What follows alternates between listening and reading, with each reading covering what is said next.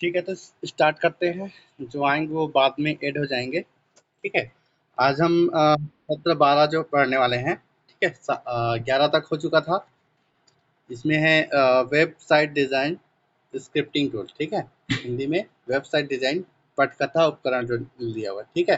तो website design scripting tool का मतलब ये है कि हम जब वेबसाइट की बात करते हैं, वेबसाइट बनाते हैं, ठीक है? एचटीएमएल का यूज़ करके हमने एचटीएमएल पढ़ा हुआ है, सीएसएस को पढ़ रहे हैं कि उसको स्टाइलिश कैसे बनाते हैं।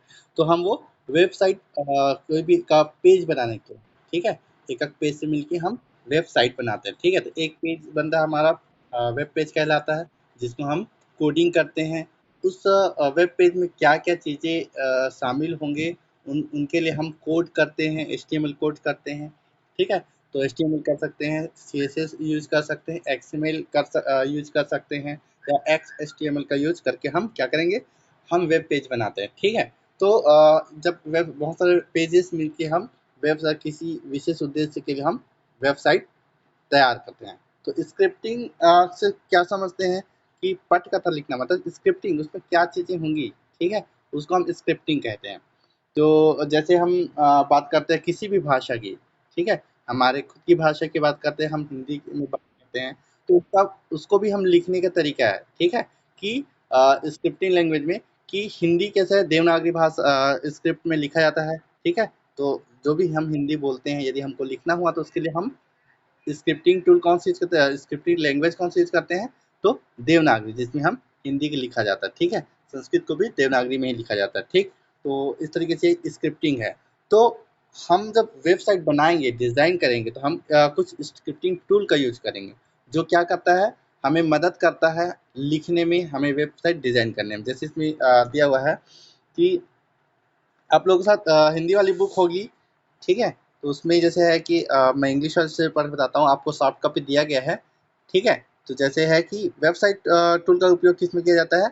Used to design and web development that help to creating interactive and initiative website, ठीक है? इसका मतलब ये कि हम अट्रैक्टिव बनाने के लिए, ठीक है? तो ये जो वेब स्क्रिप्टिंग टूल्स होती हैं, वो क्या करता है, आपको हेल्प करता है कि आपको ड्रैग एंड ड्रॉप करना रहता है और वो डिज़ाइनिंग उसके पीछे का जो कोड है, जो व्यू होगा, उसको बनाने के लिए क्या-क्या कोड करना पड़ेगा, वो ऑटोमेटिकली जनरेट होता है, ठीक है? तो ये आपको हेल्प करता है इसमें और इंटरैक्टिव बना सकते हैं और क्या चीज़ है कि their tool save time as they may contain ready-to-use predefined codes. Some of them help you to edit, debug, and manipulate graphics. Some of popular tools includes Aptana Studio, Notepad++, Firework, Gedit, CSS ED, ठीक है? तो ये क्या होता है कि आपको कैसे मदद करता है टूल्स कि आपको क्या होगा, रेडी टू यूज़ पहले से उसका कोड बना हुआ है, आपको सिर्फ उसका यूज़ करना है। जैसे आपको टेक्स्ट बॉक्स लिखने के लिए हम उसमें एचटीएमएल की एग्जांपल लेते हैं तो उसमें हम इनपुट का यूज़ करते हैं। इनपुट के बाद हम टाइप बताते हैं कि वो किस टाइप का होगा, है ना? हम वहाँ पे टेक्स्ट लिखते हैं तो किस तरह का होगा, रेडियो लिखते हैं तो किस तरीके से होगा, टाइप में बताना पड़ता है, ठीक है? तो रेडी टू यूज़ मतलब आपको क्या करना है, उसको लेना है और ड्रैग करके अपने वेब पेज पे यूज़ कर देना। जहाँ पे आपको उसको रखना है, वहाँ पे हम रख देंगे। तो ये क्या होता है, रेडी यूज़ और प्री-डिफाइंड कोड। उसको जैसे ही रखेंगे इमेज को जिस तरीके से दिखाई दे रहा है, वो ऑटोमेटिक बन जाएगा। उसके पीछे का कोड ऑटोमेटिक बन जाएगा, ठीक है? और क्या बोलता है कि हैव टू एडिट, आप उसको एडिट कर सकते हैं, उसमें उसके जो व्यू को कहते हैं उसकी प्रॉपर्टी को चेंज कर सकते हैं, जो एट्रीब्यूट्स होते हैं उसको हम आसानी से एडिट कर सकते हैं, उसको डिबग कर सकते हैं। यदि कोई एरर आता है, किसी प्रकार का त्रुटि रहती है तो हम उसको डिबग कर सकते हैं। यदि हम अपनी वेब पेज में कोई ग्राफिक्स का यूज़ कर रहे हैं, इमेजेस का यूज़ कर रहे हैं, तो उसको आप मैनिपुलेट कर सकते हैं। मैनिपुलेट करना मतलब फॉर्मेटिंग करना, ठीक है? उसको चेंजेस करना, आकार में या फिर कलर उसका देखने में अपीयरेंस में हम कुछ जो करना चाहते हैं, हम वो उसमें कर सकते हैं। जैसे यहाँ पे कुछ एग्जांपल दिया है, जैसे अपटाना स्टूडियो के बारे में बताया गया है, नोटपैड प्लस प्लस को बताया गया है। तो ये सब और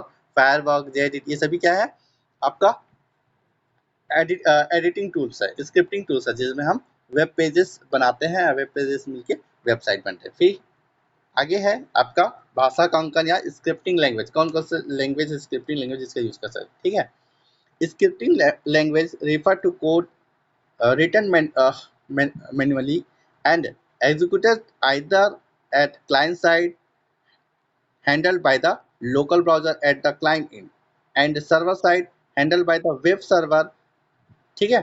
तो हम जो स्क्रिप्टिंग लैंग्वेज करते थे, दो प्रकार की स्क्रिप्टिंग लैंग्वेज यूज किया जाता है, सर्वर साइड और क्लाइंट साइड, ठीक है। हम यदि इंटरनेट पे कोई भी काम करते हैं, हम जानते हैं कि वेबसाइट बात कर रहे हैं, वेब पेज की बात करें, तो वो चलेगा किसमें, इंटरनेट पे चलेगा। तो हर जब भी हम इंटरनेट की बात करते हैं तो इसमें हमें एक आर्किटेक्चर, जो हम पहले पढ़ चुके हैं, क्लाइंट सर्वर आर्किटेक्चर, ठीक है। एक क्लाइंट होगा और एक सर्वर होगा। सर्वर जो डेटा प्रदान करता है, ठीक है, जो प्रोवाइड करता है, और क्लाइंट क्या है, जो रिक्वेस्ट करता है। हम सब यदि मोबाइल पे ब्राउजर यूज कर रहे हैं तो हम क्लाइंट कहलाएंगे, ठीक है। वेब पेज हम खोल रहे हैं, फेसबुक खोल रहे हैं, ईमेल खोल रहे हैं, जीमेल खोल रहे हैं, याहू खोल रहे हैं, तो हम क्या हो जाएंगे, क्लाइंट होंगे। और हम उस स्पेसिफिक वेब ब्राउजर पे हम जाएंगे जहाँ पे हम रिक्वेस्ट करते हैं, तो वो वेब सर्वर पे होगा, ठीक है। तो जब वेब सर्वर पे क्या होगा, उसकी डिजाइनिंग किस में होगी, सर्वर स्क्रिप्टिंग में होगी। और जो क्लाइंट साइड जो ओपन होता है ब्राउजर्स में, वो किस टाइप की स्क्रिप्टिंग कहलाएगी, क्लाइंट साइड कहलाएगी, ठीक है। हम सब यदि मोबाइल पे, लैपटॉप में या फिर किसी भी जगह में है, जैसे पॉट में यूज डिवाइस में हम यूज करते हैं ब्राउजर या फिर कोई वेबसाइट के बारे में, तो वो सभी क्या कहलाएगा, क्लाइंट साइड के आएगा, क्लाइंट स्क्रिप्टिंग लैंग्वेज के कहलाएगा, ठीक है। आगे है, script help to extended the functionality that is not possible using understand HTML or CSS code.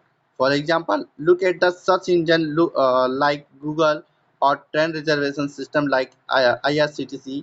These are designed to create to thousands of visitors based on their requests, like displaying search result or seat availability for a popular trend,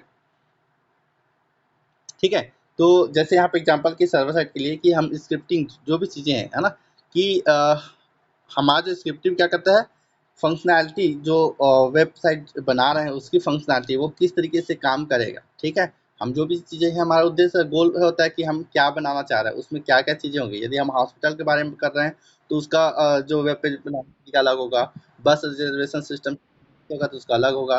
जैसे यहाँ पे example दिया है क्या, Google search engine, तो उसका अलग तरीके से काम करना है। ट्रेन रिजर्वेशन, है ना, जैसे हमने IRCTC के बारे में पढ़ा हुआ था, ठीक है। तो उसका वेब पेज कैसा होता है, उसमें आईडी बनाना, पहले अकाउंट बनाना रहता है, फिर लॉगिन करना पड़ता है, फिर कैसे सर्च करते हैं, और जब सर्च करते हैं तो कैसे उसका रिजल्ट आता है, रिजल्ट आएगा तो कैसे दिखेगा। तो वो हर एक पेज, हर जो हम व्यू करते हैं वो सब क्या है, वेब पेज है। उसको दिखाने के लिए हम कुछ वेब स्क्रिप्टिंग का यूज करते हैं और उसको डिजाइन करते हैं, ठीक है। तो वो सब कैसे होगा, उन सब चीज़ों देखने के लिए क्या होता है, वो आपको वो विजिटर्स कितने भी है उसको भी बारे में जानकारी करता है। ये सब चीज़ें जो है डिस्प्ले से संबंधित है, वो वहाँ पे अवेलेबल होता है। इन सब चीज़ों को डिजाइन करना पड़ता है, स्क्रिप्टिंग लिखना होता है, ठीक है।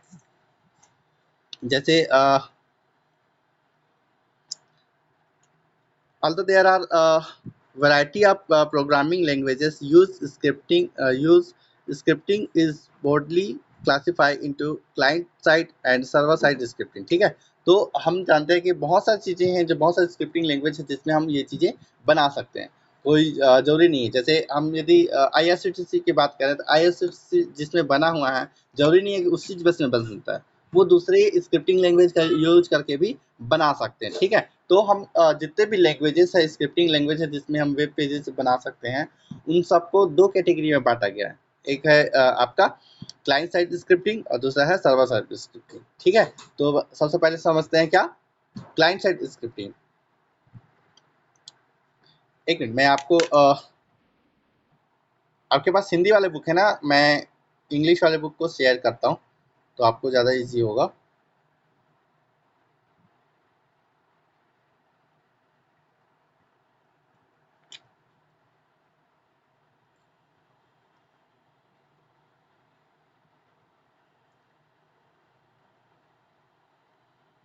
दिखाई दे रहा है,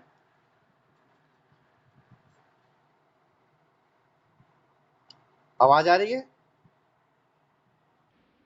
ठीक है, जहाँ पे दो टाइप के स्क्रिप्टिंग लैंग्वेज बताया गया, क्या, क्लाइंट साइड स्क्रिप्टिंग और सर्वर साइड। तो देखते हैं कि क्लाइंट साइड स्क्रिप्टिंग क्या है। रिफर टू द स्क्रिप्ट और programs process by the web browser at the client. ठीक है, तो क्लाइंट साइड स्क्रिप्टिंग क्या होगा, ऐसे प्रोग्राम्स होगा जो वेब ब्राउजर पे क्लाइंट साइड के वेब ब्राउजर में खुलेगा, उसको हम क्या बोलते हैं, client side scripting. This web browser interpret the script and execute them on the client computer। ठीक है, ये सब का जो किसमें खुलेगा, क्लाइंट के कंप्यूटर में खुलेगा, जो क्लाइंट से स्क्रिप्टिंग है। Hence, this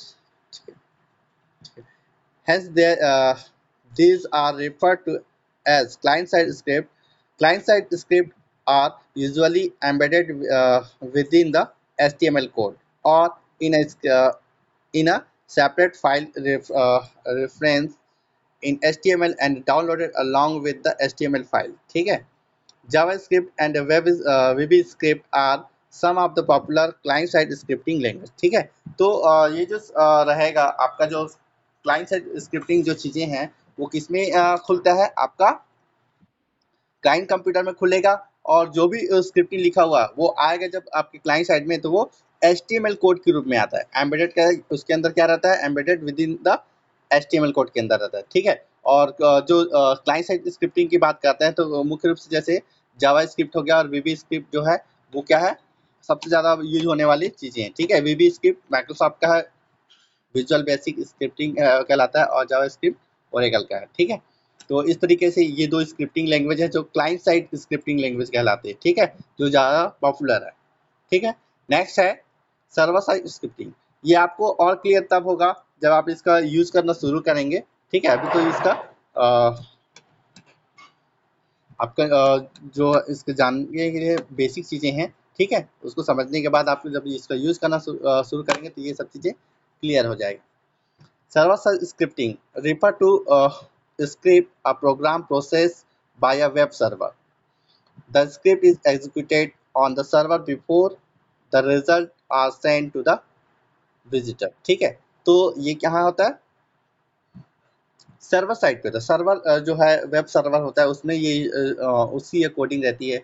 जब भी क्लाइंट रिक्वेस्ट करता है किसको, सर्वर को, अपना जो वेब ब्राउज़र जाता है और रिक्वेस्ट जब जाता है तो वहाँ एग्जीक्यूट होगा। जब जो भी रिक्वेस्ट आएगा तो वो कौन एग्जीक्यूट करेगा, तो ये सर्वर साइड की स्क्रिप्ट उसको एग्जीक्यूट करेगा। जैसे हम लॉगिन करते हैं, ठीक है, हम जीमेल का एग्जांपल लेते हैं कि जीमेल में हमने लॉगिन पेज खोला। जैसे ही हम लॉगिन वाला यूआरएल डालते हैं, आपके पास जो है सर्वर से लॉगिन पेज आएगा। उसमें आप क्या करोगे, यूज़र नेम डालोगे, पासवर्ड डालोगे और सबमिट करोगे। ठीक है, या फिर साइन इन या साइन इन करेंगे तो क्या होगा, ये सब चीज़ें जो कंटेंट है आपने जो डेटा प्रोवाइड किया हुआ है वो लेके जाएगा, जो क्लाइंट है वो सेंड करेगा। क्लाइंट साइड के जो है स्क्रिप्टिंग वो सेंड करेगा किसको, सर्वर साइड की स्क्रिप्ट को। और वो जैसे ही उसको प्राप्त होगा वो क्या करेगा, सर्वर क्या क्या काम करेगा, वो अपने डेटाबेस में चेक करेगा कि आपका यूज़र नेम कौन सा है, और उसका पासवर्ड वो चेक करेगा कि वो ऑथेंटिक है कि नहीं, सही है कि नहीं। यदि सही मिलता है तो क्या करेगा, कुछ रिक्वेस्ट करेगा, आपका होम पेज को दिखाएगा।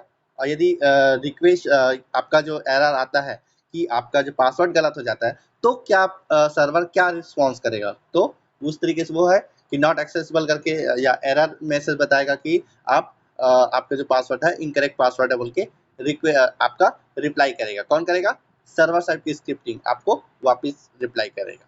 और यदि आपका पासवर्ड सही रहा तो क्या करेगा कि आपको अगले पेज में चला जाएगा। जैसे आपने ईमेल खोला है तो जैसे ही लॉगिन पासवर्ड होता है आपको इनबॉक्स में भेज देता है, और आपका इनबॉक्स में भेजने के साथ साथ आपको जितने भी मेल आए हुए रहते हैं उन सब का डेटा को सेंड करता है और आपको उसकी लिस्ट दिखाई देती है इसमें, आपका इनबॉक्स में।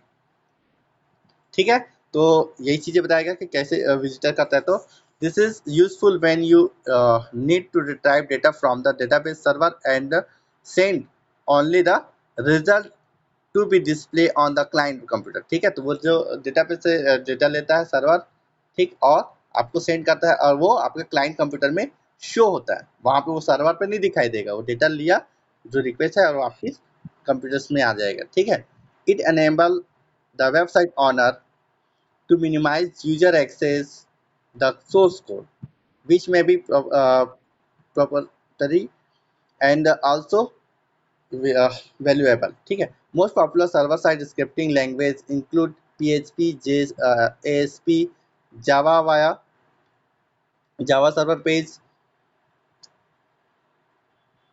Server side JavaScript, server side VB script, Perl, CGI, Ruby, Python etcetera, ठीक है। तो ये सभी क्या है, सर्वर साइड के लैंग्वेज है। जैसे PHP आपका जो फेसबुक की बना है वो PHP पे बना हुआ है, जो सर्वर साइड स्क्रिप्टिंग है, क्योंकि वहाँ पे सर्वर को हैंडल करना मतलब लाखों करोड़ों अकाउंट्स को हैंडल कैसे करता है, हर क्लाइंट को अलग अलग कैसे ट्रीट करता है, तो वो सर्वर साइड स्क्रिप्टिंग लैंग्वेज में ही पॉसिबल है। उसको आप नॉर्मल जो है क्लाइंट साइड स्क्रिप्टिंग में हम उसको हैंडल कर ही नहीं सकते, ठीक है। तो इसलिए ये सर्वर साइड स्क्रिप्टिंग लैंग्वेज का यूज किया जाता है। जैसे PHP हो गया, ASP हो गया, ठीक है। जावा से जो है JSP, जावा सर्वर पेजेस कहलाता है, JSP कहलाता है ये, ठीक है। सर्वर साइड जावा स्क्रिप्ट हो गया, और सर्वर साइड का VB script, visual basic scripting, तो हमने क्लाइंट साइड में विजुअल बेसिक स्क्रिप्ट पढ़े हैं, तो ये दूसरा है जो सर्वर साइड चलता है, तो सर्वर साइड VB स्क्रिप्ट कहलाता है। पर्ल हो गया, रूबी, पाइथन, ये सभी सर्वर स्क्रिप्टिंग लैंग्वेजेस है, सर्वर स्क्रिप्टिंग का तरीका है, ठीक है, सर्वर साइड पे करने, ठीक है। अब आगे है जावा स्क्रिप्ट का ओवरऑल, कि जावा स्क्रिप्ट क्या करता है इसको। जावा स्क्रिप्ट जिसको हम शॉर्ट के में क्या बोलते हैं, जेएस के नाम से जानते, ठीक है। जावा स्क्रिप्ट और JS is a popular programming language used widely on the internet for creating interactive web page and the special effects. JavaScript provides many existing features that cannot be provided through HTML. It should be noted that JavaScript as well as VBScript can be used as both client side as well as server side scripting language, ठीक है। तो JavaScript की इसमें client side और server side दोनों जगह use किया जाता है, ठीक है। और ये क्या करता है कि आपको इंटरनेट में बहुत सारे फीचर्स प्रोवाइड करता है जो आपको HTML में नहीं मिलता। वैलिडेशन करने की चीजें हम जावास्क्रिप्ट में कर सकते हैं, है ना। जो काम VB स्क्रिप्ट में भी कर सकते हैं, वो जावास्क्रिप्ट कर सकते हैं। आपको जो रुचिकर लगता है उसका आप कर सकते हैं। दोनों अलग अलग चीजें होती हैं, तो उसके हिसाब से आपको यूज करना रहता है। यदि आप अपने वेब पेज पूरा जावास्क्रिप्ट यूज कर रहे हैं तो पूरा का पूरा जावास्क्रिप्ट कीजिए। यदि आपको VB स्क्रिप्ट यूज करना है तो पूरा का पूरा VB स्क्रिप्ट में, इससे कंफ्यूजन नहीं होगा और ज़्यादा बेहतर तरीके से काम कर पाएंगे, ठीक है। यहाँ पे आगे दिया है कि like HTML, JavaScript is understood and executed by the server browser, web browsers such as Mozilla Firefox, Internet Explorer, Google Chrome, etc., and is therefore referred to a client-side scripting, ठीक है। ये क्या है, HTML की जगह क्या है, JavaScript क्या है, ज़्यादा एग्जीक्यूट होता है, सभी ब्राउजर्स पे ये चल जाता है, ठीक है। JavaScript is very user friendly and is used to propose such as providing pop-up text to assist visitor in filling form, ठीक है। मतलब आपको पॉपअप का नहीं, मतलब मैंने पॉपअप के बारे में पहले ही बताया हुआ है कि जैसे हमने कोई एरर आता है तो वो तुरंत ही आपको मैसेज आएगा। जैसे पॉपअप होता है ना, जैसे पॉपकॉर्न जानते हो कि पॉपकॉर्न कैसे जब फटता है वो तो कैसे उछल के आता है, वैसे ही आपको कुछ कोई मैसेज आपका वेब पेज में दिखाना रहता है तो उसको हम शो होता है तो उसको हम पॉपअप कहते हैं, ठीक है। तो जो विजिटर को क्या, जब कोई भी फॉर्म भरते समय आपको कुछ हेल्प करने के लिए, ये असिस्ट करने के लिए ये पॉपअप हम शो कर सकते हैं, ठीक है। जैसे हमने नाम डाला और नाम में गलती, यूजर नेम बनाने के लिए जो रूल्स है, रूल्स को फॉलो नहीं करते तो पॉपअप मैसेज आता है कि वहाँ पे आपको क्या करना है, ठीक है। यहाँ पे इमेज में दिखाया गया है, जैसे डिजायर यूजर नेम है तो क्या क्या चीज़ें बताया कि दिस फील्ड इज रिक्वायर्ड, ठीक है। मतलब इसको आपको डालना ही पड़ेगा। नो स्पेशल कैरेक्टर अलाउड, मतलब यहाँ पे किसी भी प्रकार के स्पेशल कैरेक्टर या सिंबल यूज नहीं करना है, ठीक है। ये पॉपअप मैसेज है, ये आपको मतलब जो विजिटर है वेबसाइट के उसको असिस्ट करेगा कि आपको क्या करना है क्या नहीं करना है, ठीक है।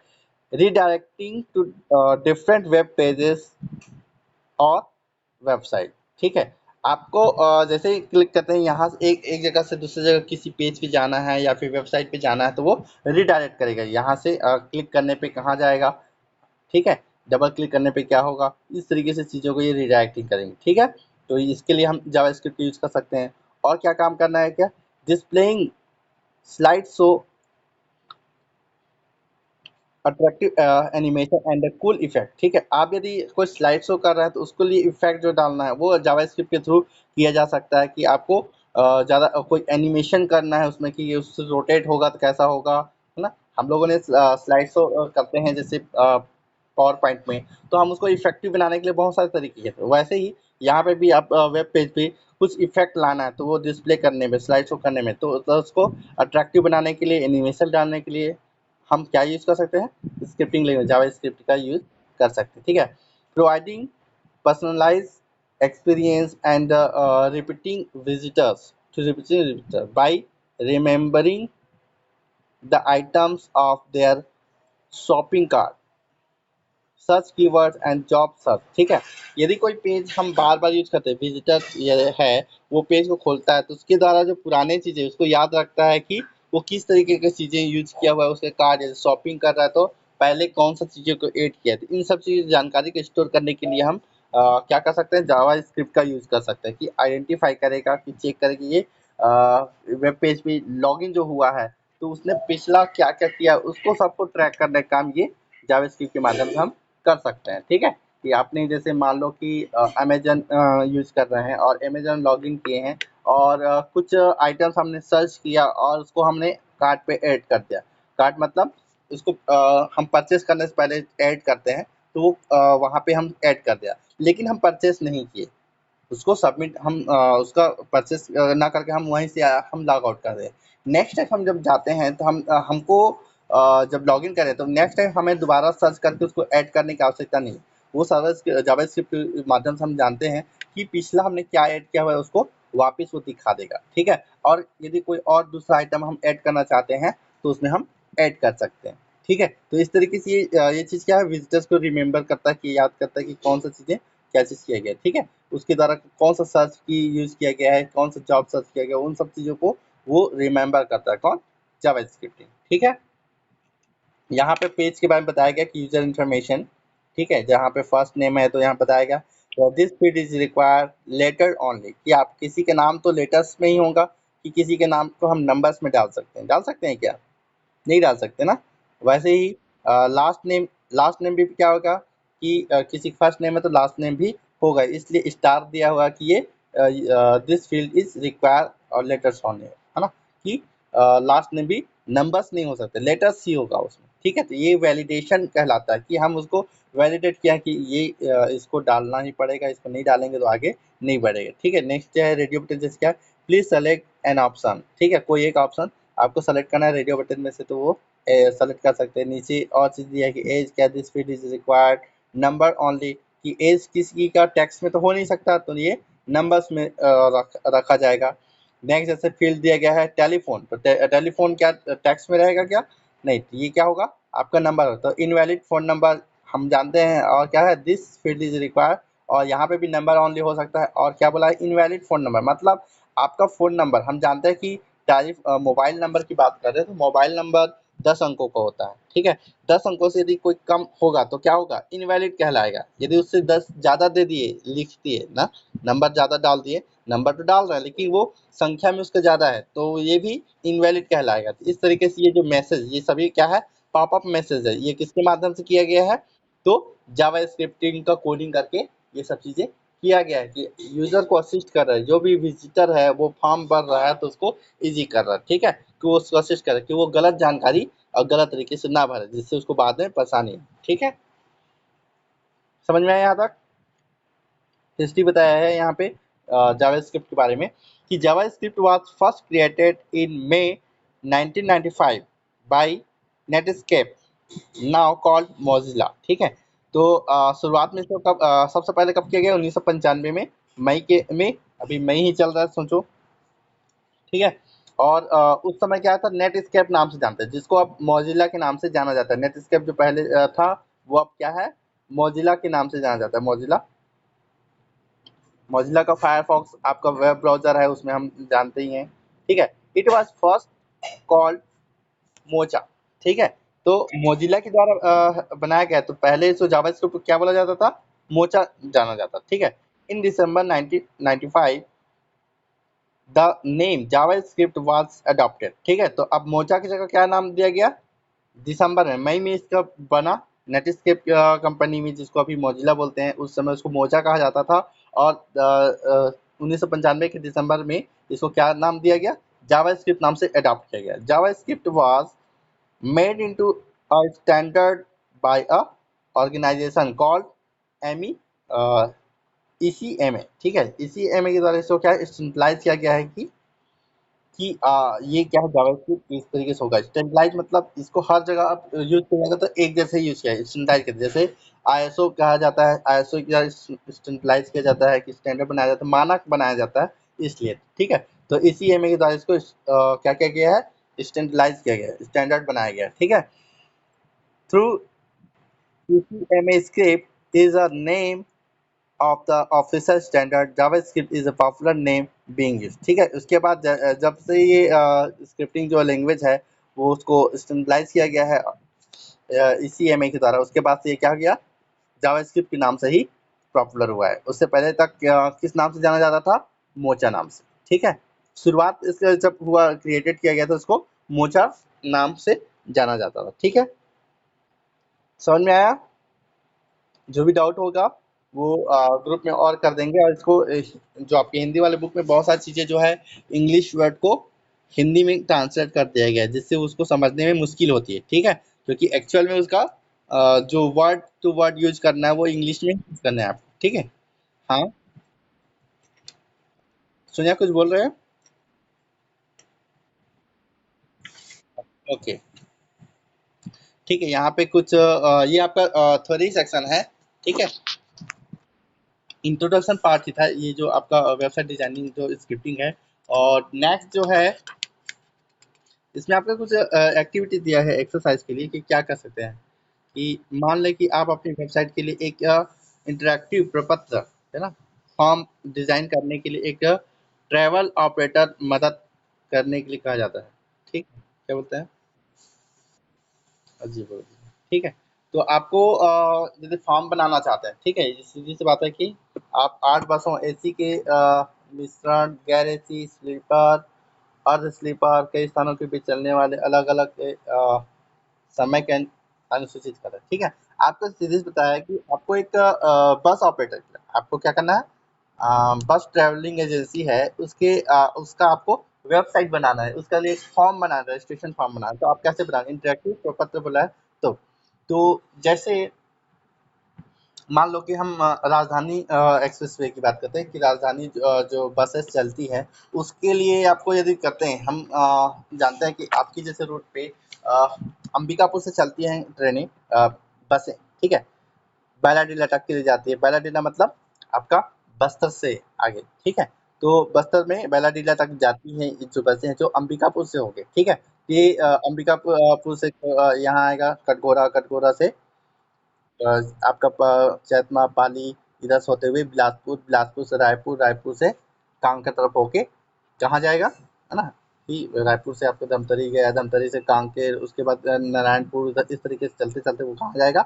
बस्तर तक जाएगा। ठीक है, बस्तर, बस्तर से आगे मतलब जगदलपुर आएगा, जगदलपुर के बाद फिर बैलाडीला आएगा। ठीक है, तो ये बैलाडीला लास्ट स्टॉप है, ये इसका पूरा रूट है। ठीक है, अब ये लंबी दूरी है, तो आपको किस तरीके की समय भी ज़्यादा लगता है, आप कब कहाँ से कहाँ तक सफ़र करना चाहते हैं, किस प्रकार का जो गाड़ी है, ठीक है, किस प्रकार का गाड़ी यूज़ करना